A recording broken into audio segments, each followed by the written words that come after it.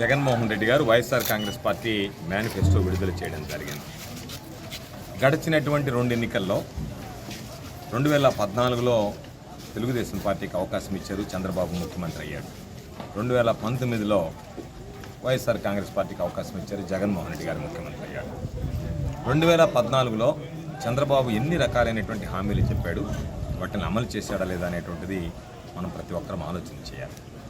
చెప్పి ఎగ్గొట్టేటువంటి నైజం చంద్రబాబుది, చెప్పినవి చెప్పినట్టుగా అమలు చేసేటువంటి వ్యక్తిత్వం, మనస్తత్వం జగన్మోహన్ రెడ్డి గారు.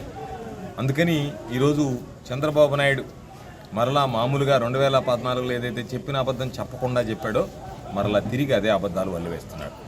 చంద్రబాబు ఏ నోటితోనైతే ఈ రాష్ట్రం అప్పుల పాలైపోయింది, జగన్మోహన్ రెడ్డి గారు పప్పులు బెల్లాలు పంచినట్టుగా పంచుతున్నాడు, సంక్షేమ పథకాలకు సంబంధించినటువంటి దాంట్లో అమ్మఒడి లాంటివి పిల్లలు స్కూల్కి వెళ్ళినప్పుడు కరోనా కష్టకాలంలో ఎవడి బాబు సొమ్మని చెప్పి జగన్మోహన్ రెడ్డి గారు తల్లుల ఖాతాలో జమ చేశాడని మాట్లాడినటువంటి ఆ నోటితోనే ఒక బిడ్డ పుడితే 15,000 ఇస్తా, 2 బిడ్డలైతే 30,000 ఇస్తా, 3 అయితే 45,000 ఇస్తానని చెప్పి ప్రజలను మరొకసారి మోసం చేయడానికి, మాయ చేయడానికి చంద్రబాబు ప్రయత్నిస్తున్నాడు.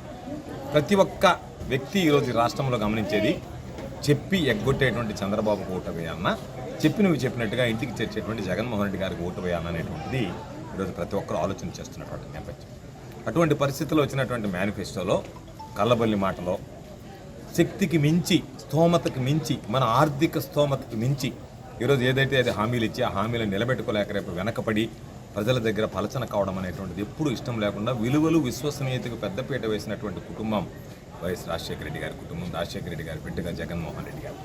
కాబట్టి ఈరోజు చంద్రబాబు ఏమీ తోచక రైతుల గురించి మాట్లాడారు. ఈరోజు రైతులకు నువ్వేం చేశావు, మా ప్రభుత్వం ఏం చేసిందని మాట్లాడడానికి సిద్ధమని చెప్పి అనేక సందర్భాల్లో సవాల్ విసిరాం. చంద్రబాబు నాయుడు మాటలకు పరిమితం అయితే రైతు బాగుంటేనే రాష్ట్రం బాగుంటుందని చెప్పి కేవలం మాటలకు పరిమితం కాకుండా ఆచరించినటువంటి వ్యక్తి జగన్మోహన్ రెడ్డి గారు. రైతులకు అన్ని విధాలు అండగా నిలిచినటువంటి వ్యక్తి జగన్మోహన్ రెడ్డి గారు.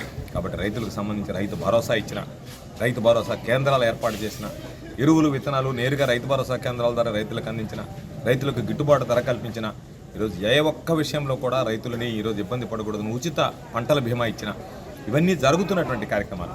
చంద్రబాబు నాయుడు హయాంలో చంద్రబాబు నాయుడు చేయలేక చేతులు ఎత్తేసినటువంటి కార్యక్రమాలు, వాటన్నిటిని సమర్థవంతంగా అమలు చేస్తున్నాం. ఈరోజు గతంలో 50,000 రూపాయల మేనిఫెస్టోలో పెట్టాడు, 67,500 ఇచ్చాడు. ఈరోజు 80,000 రూపాయల మేనిఫెస్టోలో పెట్టాడు.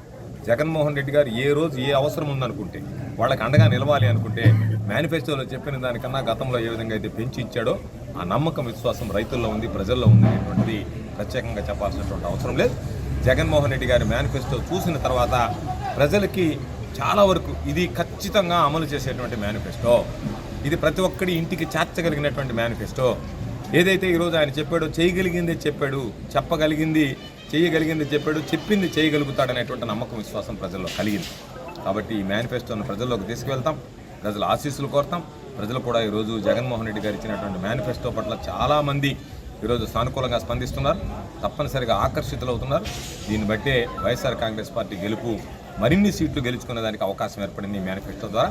తప్పనిసరిగా రాబోయేటువంటి రోజుల్లో రైతులు, మహిళలు, అన్ని వర్గాలకు సంబంధించినటువంటి ఎస్సీ, ఎస్టీ, బీసీ, మైనారిటీలు అందరినీ ఉద్దేశించి ఈరోజు ఈ మేనిఫెస్టో ఎవరికి ఎక్కడెక్కడ అవసరం ఉందనేటువంటి దాని మీద దృష్టి పెట్టి పేద మహిళల కోసం ఈరోజు వైఎస్ఆర్ చేయూత పెంచడం కానీ, ఈబీసీ నేస్తం పెంచడం కానీ ప్రత్యేకమైనటువంటి దృష్టి పెట్టడం జరిగింది.